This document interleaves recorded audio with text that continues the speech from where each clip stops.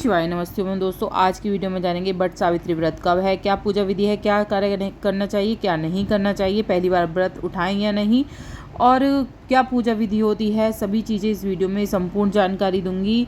Last तक बने रहिएगा। अच्छी लगे तो लाइक सब्सक्राइब जरूर कर लीजिएगा। जो आगे वीडियो मिलते रहें कमेंट में हर हर महादेव जरूर लिखिएगा।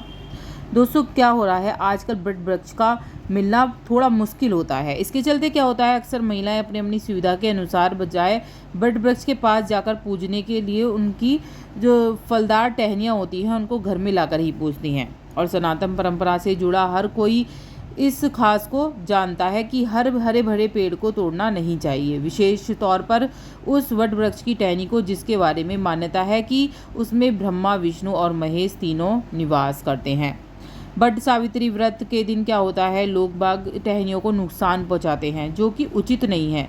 ये जो पति की दीर्घायु के लिए व्रत रखा जाता है, और लोग क्या करते हैं, बट वृक्ष को आसपास लोग ढूंढते हैं, लेकिन ऐसा नहीं करना चाहिए। चाहे नर्सरी से ले आइए, अपने पेड़ गमले में लगा लीजिए और उसे सामूहिक रूप से आप जो भी आसपास की महिलाएं हैं वो आप पूजिए तो और भी अच्छा रहेगा। अगर आप बट वृक्ष की टहनियों को तोड़कर अगर आप पूजा करती हैं तो लाभ के बजाय आपको नुकसान होने वाला है। क्या करती हैं लोग, पूजा करने के बाद इधर उधर फेंक देती हैं, टहनियों को अलग नुकसान होता है। तो इस तरह से इन चीज़ों से बचना चाहिए आपको। कभी भी पेड़ पौधे को बिना आवश्यक आपको नहीं तोड़ना चाहिए। बिल्कुल ऐसा कर देते हैं लोग, पूरा का पूरा पेड़ ही उखाड़ देते हैं तोड़ कर। तो आपको इन चीज़ों से बचना चाहिए। अगर मंदिर या आसपास आपके घर के आसपास है तो वहीं पर जाकर पूजा करें। लोगों ने मान्यता बना रखी है कि हमारे घर में तो बट सावित्री व्रत घर में ही पूजा जाता है। ऐसे कुछ नहीं होता। सबसे ज़्यादा जो बट वृक्ष का माना जाता है, बड़ा पेड़ का पूजन माना जाता है, चाहे वो पीपल का हो, चाहे बट वृक्ष का हो, चाहे कोई सा भी पेड़ पौधा हो। वो जितना आपके ऊपर छायादार जो वृक्ष होता है, अगर उसकी पूजा करते हैं तो उससे बहुत ही ज़्यादा लाभ होते हैं। बट सावित्री व्रत पूर्णिमा के दिन सर्वप्रथम सुहागन महिलाओं को सुबह सबसे पहले उठ जाना चाहिए, स्नान आदि से निवृत्त कर लेना चाहिए। 16 श्रृंगार आपको कर लेने हैं। 16 श्रृंगार में आपको सबसे पहले आपको एक दिन पहले या 2 दिन पहले आप मेहंदी ज़रूर लगा लें। मेहंदी नहीं लगा पा रहे हैं तो आप महावर लगा सकती हैं। महावर को भी बहुत ही अच्छा माना गया है। इस दिन काले और लाल रंग मतलब काले रंग की साड़ी नहीं पहनी है, ना ही सफ़ेद रंग की पहनी है, ना ही नीले रंग की पहनी है। लाल रंग की साड़ी पहने तो और भी अच्छा है। इस दिन जो भी पहली बार व्रत रख रही हैं महिलाएं, उनको लाल रंग की साड़ी पहननी है। और जैसे शुक्र अस्त सुनने हैं कि शुक्र अस्त है कि व्रत उठाएं या नहीं उठाएं, क्योंकि ये बट सावित्री व्रत है, इसको उठाया जरूर जाता है। ये पति की उसके लिए होता है, लंबी उम्र के लिए। तो आप निश्चिंत होकर रख सकती हैं। चाहे आप गर्भवती हैं, चाहे आप पहली बार व्रत रख रही हैं, आपको ये व्रत जरूर रखना है। क्या होता है, हम पूजा करने जाते हैं, ऐसे ही गंदी चीज़ें हो रही होती है, वहीं पे पूजा कर लेते हैं। तो ऐसा नहीं करना है। पूजा के स्थान को सबसे पहले आपको साफ करना है, गंगा जल का छिड़काव करना है, उसके बाद ही आपको अपनी पूजा शुरू करनी है।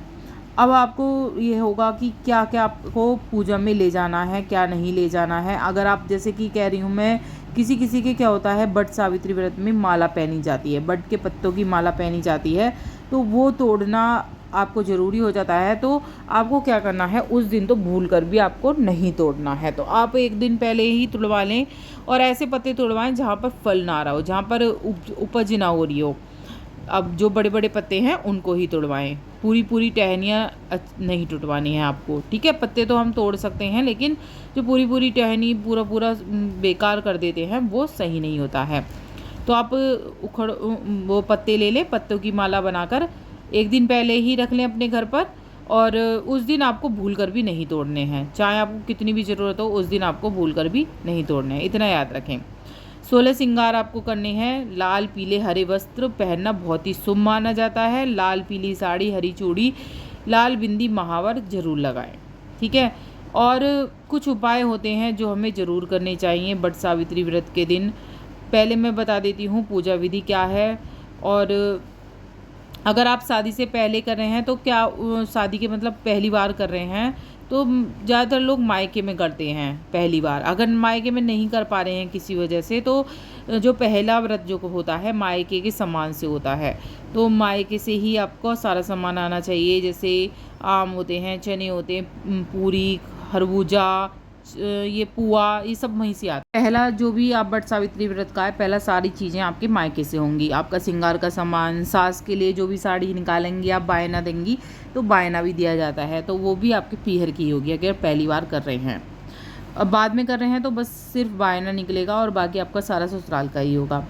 सुबह जल्दी से उठना है, लाल रंग की साड़ी पहन लेनी है, बरगद के पेड़ के नीचे पूजा स्थल को साफ कर लेना है, अशुद्धियाँ दूर करने के लिए गंगा जल छिड़क लेना है। अब सप्त धान्य को बांस की टोकरी में भरकर उसमें भगवान ब्रह्मा की मूर्ति रखनी है। दूसरी टोकरी में सप्त धान भरकर सावित्री और सत्यवान की मूर्तियाँ रखनी है। दूसरी टोकरी को पहली टोकरी के बाईं ओर रखना है। दोनों टोकरियों को बरगद के पेड़ के नीचे रखना है। पेड़ पर चावल के आटे के छाप या पीठा लगाना है। पूजा के दौरान पेड़ के जड़ में जल चढ़ाना है। उसके चारों ओर 7 बार धागा लपेटना है। अब वट वृक्ष की परिक्रमा करनी है। उसके बाद जो पेड़ के पत्ते हैं उनको लेकर उसकी माला बनाकर अपने धारण करनी है। आपको बट सावित्री व्रत की कहानी सुननी है। फिर चने का पकवान बनाकर सास और को देना है और आशीर्वाद लेना है। कुछ पैसे भी आपको रखने हैं। किसी ब्राह्मण को कुछ फल, अनाज, वस्त्र आप दान जरूर करें। और व्रत तोड़ने के लिए 11 भीगे चने आपको खाने हैं।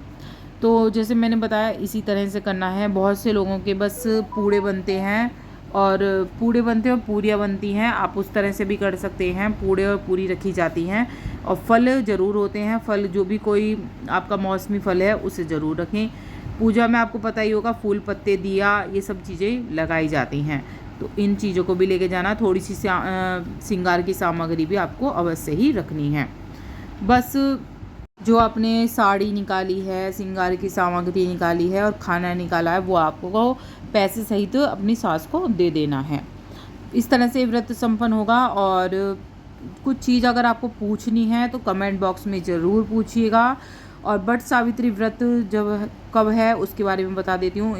इतना ध्यान रखना कि इस दिन शनि जयंती भी मनाई जाती है, तो कुछ उपाय आपके जीवन में सुख समृद्धि ला सकते हैं। तो मैं सिर्फ यही कहूँगी, काली गाय को रोटी या कुछ भी गुड़ आपको ज़रूर खिलाना है इस दिन।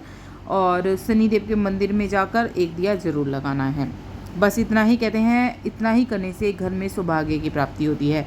और बट सावित्री व्रत कब है, 2024 और 25 दोनों के ही मैं यहाँ बताऊँगी आपको। जो ज्येष्ठ, अब पहले बता देती हूँ 2024 की जो ज्येष्ठ अमावस तिथि है इस साल 5 जून को शाम 7:54 से शुरू होगी और ये तिथि 6 जून को शाम 6:07 पर ख़त्म होगी। तो उदय तिथि के अनुसार ही व्रत माना जाता है, तो 6 जून गुरुवार को व्रत रखा जाएगा। और इसमें जो राहु काल है, राहु काल में पूजा नहीं करते हैं, सही नहीं मानी जाती है। तो वो 2 बजे से 3 बजे तक का राहु काल है।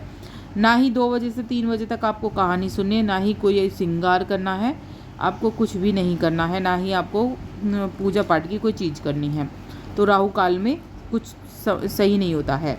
2:04 से 3:49 पर राहु काल रहेगा। अब 2025 की जान लेते हैं। 2025 में इस बट सावित्री व्रत 10 जून मंगलवार 2025 में पड़ेगा। और मैं लेटेस्ट वीडियो जब भी डालूंगी, चैनल पे सभी वीडियो हैं, ज़रूर देखिएगा, लाइक सब्सक्राइब